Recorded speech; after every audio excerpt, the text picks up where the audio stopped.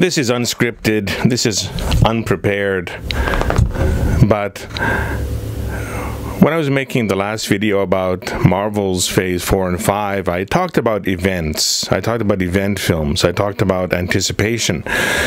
And what is an event? An event is something that is scheduled, you know it's coming, and you want to attend it, you want to be present for it. It could be a wedding, it could be a graduation, it could be a concert. Weddings have invitations. You know well in advance what's going to happen and when it's coming, and emotionally you have some kind of investment in the couple. You want to be present for it, you want to attend. Concerts as well, you love that performer, you love that artist. There's promotion, it's advertised, they've got songs on the radio, they've got albums and a backlog of songs that you're familiar with, and emotionally you're invested in this performer, you want to see them live. There's an excitement. Seeing them live is an event. So you buy your ticket, you want to go, you want to be there. A graduation, it's a family member, it's a friend, it's someone that you love and they've accomplished something, you want to be present for that, you attend, you know about it well in advance. In fact, you know years in advance that a graduation will most likely happen. These are events. Now, thinking of films, films of course can be events. There are trailers, there are posters, there are, for example, there are TV commercials, and it tells you that this is coming, it's going to be something, you want to see this. And if that marketing and promotion is successful, it draws an audience, and that opening weekend is big money. That opening weekend sets the tone. And then after that, you've got word of mouth, and people tell their friends it was good, it was bad, and the second weekend might have a huge drop-off or might sustain its momentum and continue. In the past, films, I guess trailers before other movies were one of the main ways of promoting it. Short TV spots that just gave a hint about what the movie was going to be, often didn't give too much away, but promised you things, promised you action, promised you spectacle, promised you heartbreak, promised you laughs. And if you wanted to experience that, you'd buy your ticket and watch the movie. These days things are different. People get a lot of entertainment online via streaming, video on demand. They might pay to rent something if you still get Blu-rays and DVDs, or if you pay to get something for a few days online and then it will disappear from your library. It's harder to use those to promote other things, but they'll drop little ads on YouTube that set up films, that let you know that films are coming out.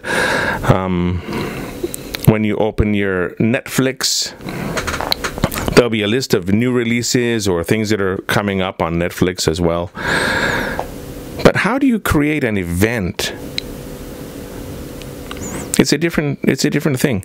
Now, a lot of studios are looking for franchises. They want something that they can carry on and make a series out of. And the series, each film should stand alone, but knowing that they want to make a series, each film should also set up something coming next. And it should leave you with a reason to come back and watch the next one. Now, some films didn't have an actual ending. The first time I can think of this happening, I'll say, was The Empire Strikes Back.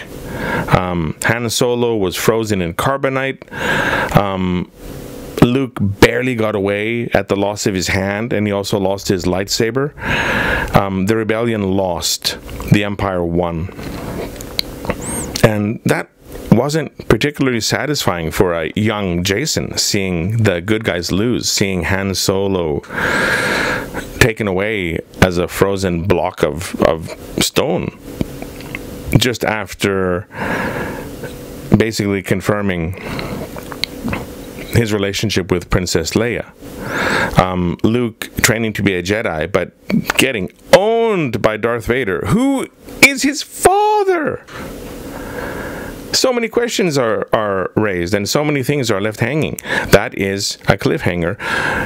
You really want to see the third film, and it came out pretty quickly. I think the first film was like 1977, the second film was 1980, 81-ish, maybe 80, and the third film was like 83, so we got 2 or 3 years between each movie.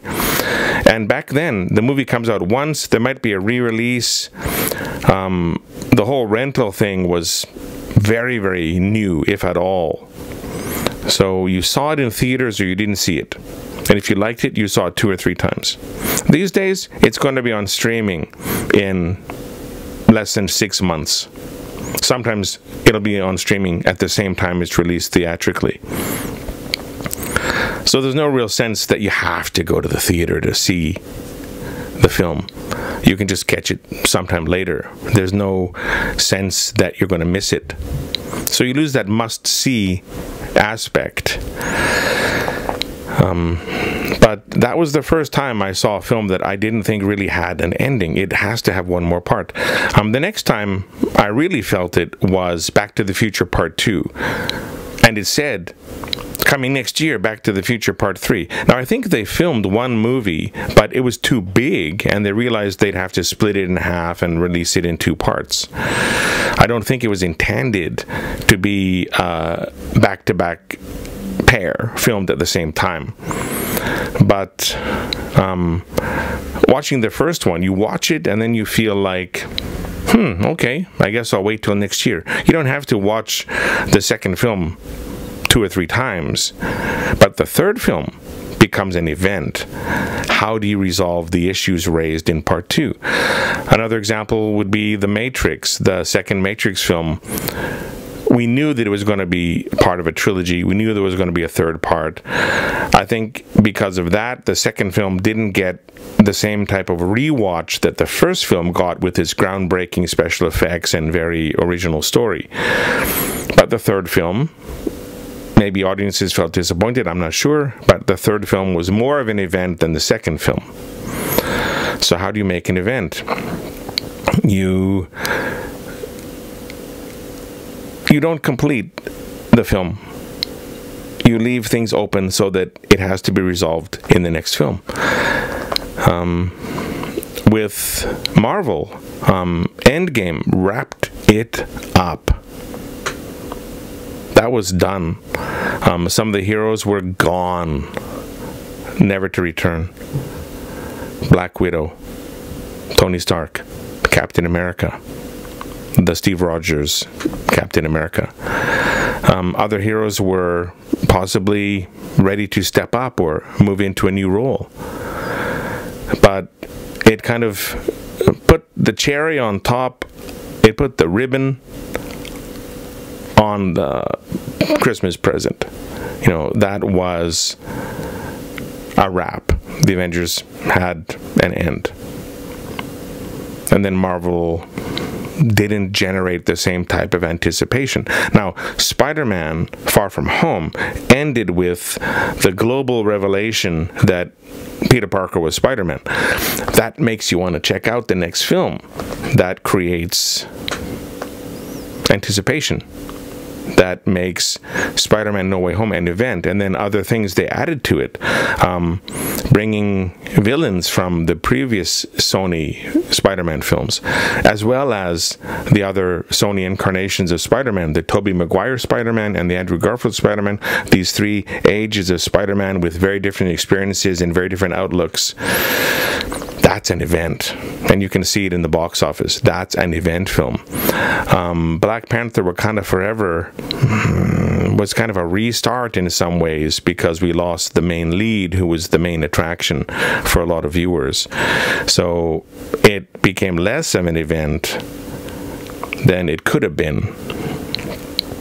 And the Marvels, well, Captain Marvel didn't really leave anything open for another Captain Marvel film. And then the next one we got was a team-up with people we met only on Disney Plus if you happen to be a subscriber. So I don't think the Marvels was an event. They can't rely on everyone being subscribed to Disney Plus who wants to go to the theater. So seeing this, who's Kamala? Who's Monica? Why should we care? That was a failure in regards to marketing, in regards to execution.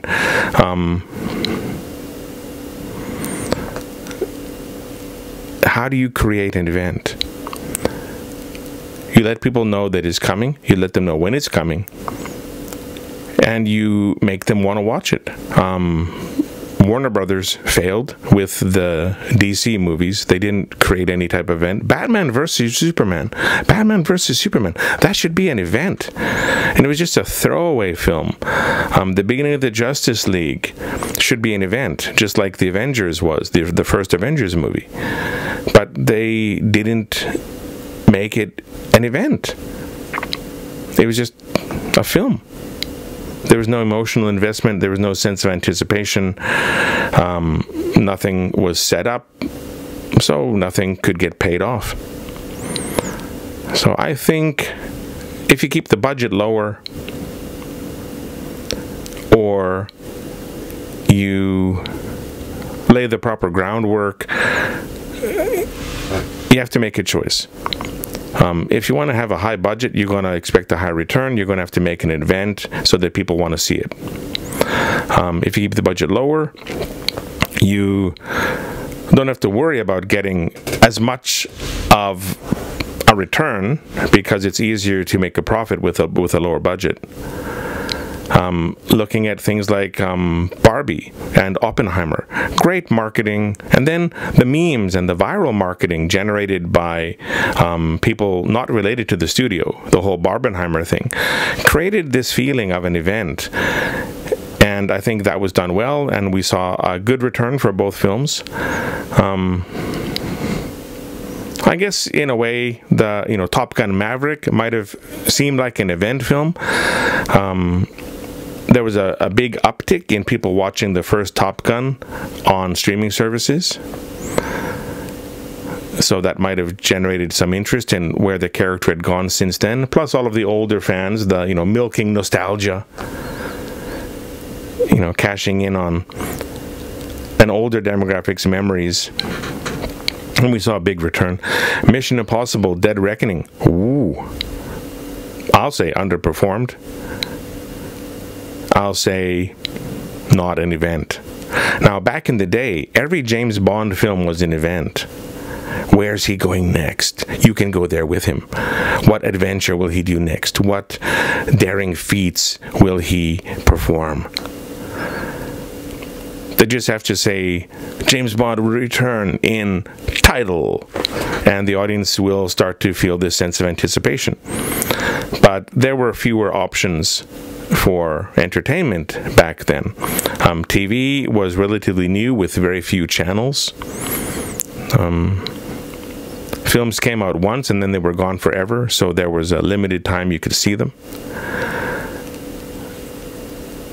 Marketing was totally different. If you look at vintage movie trailers, very different sense of marketing. So things like The Exorcist, things like the first Star Wars, things like the movie It's Alive, just had this crib rotating. And they're saying, this family had a baby, and the baby's really healthy, but there's only one thing wrong with the baby. It's alive. And then as the crib rotated, you can see these claws coming out of the edge of the crib, and this cry. goes off. And it's such a simple, short commercial. Doesn't give anything away about the plot of the film, but it promises you something. Whether it delivered on that promise or not, I don't know. But that's how you make an event. You tell people when it's coming, and you promise them something. And if they're interested in that, they will attend.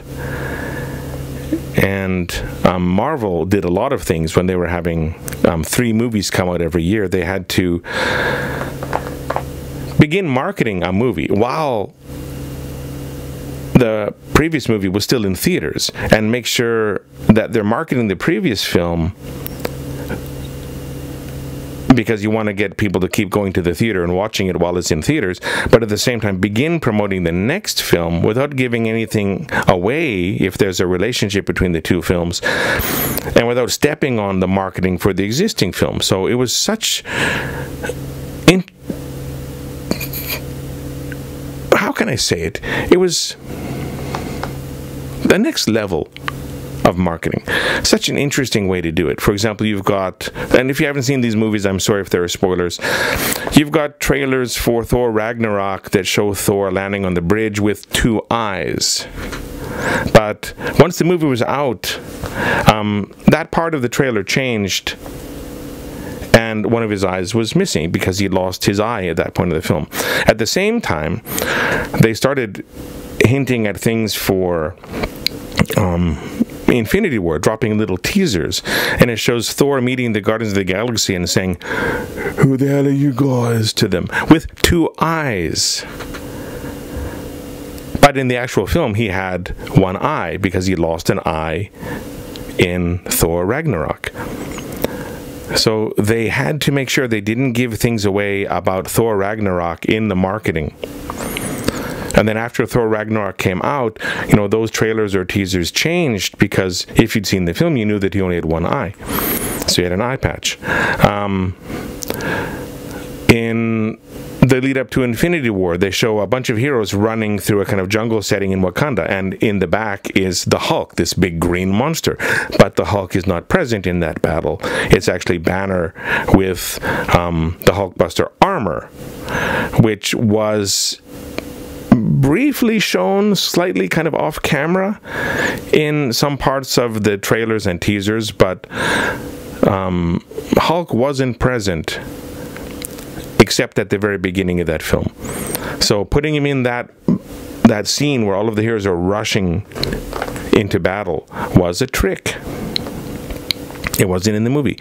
On Titan, where some of the heroes are facing off against Thanos, and it shows him clenching his glove, and we can see some stones in the back of the glove. I think there were 2 stones, maybe the blue one and the orange one, or the red one. So this, not the soul stone, it would have probably been the power stone, the red one. No, the red one is the ether. But anyway, there were, like, I think there were 2 stones in the back of the gauntlet. In the movie, there were already 4 stones in the gauntlet. So you're watching the trailer, you're trying to think, which stones does he have already? What point of the movie would this be at? What powers does he have access to? But in the film, that wasn't correct. They didn't give that away. So Marvel knows how to make anticipation, and Marvel also knows how to not give things away. So then you watch the film, you can put some things together watching the trailers, or in the past you could, but there were 2 or 3 years where they had 3 movies a year, and they were very careful not to step on each film's toes regarding marketing. And it gave people something to think about, something to speculate about. It gave them a chance to work out their own theories about what might happen without giving away the story or the ending. So these days, how do you create an event? How do you create anticipation? It's different than it was back in the 60s or 70s or 80s or 90s. And the whole landscape of entertainment is different. So I guess what I want to say is, Barbie was an event. I'll say that. Oppenheimer was an event. Dune Part 2, I'll say it, that was an event. But how do you make an event these days? And what will the next event be? Anyway, I just wanted to get that out of my head. Event films. Maybe studios expect that it's going to be an event without putting in the effort. Thanks for watching.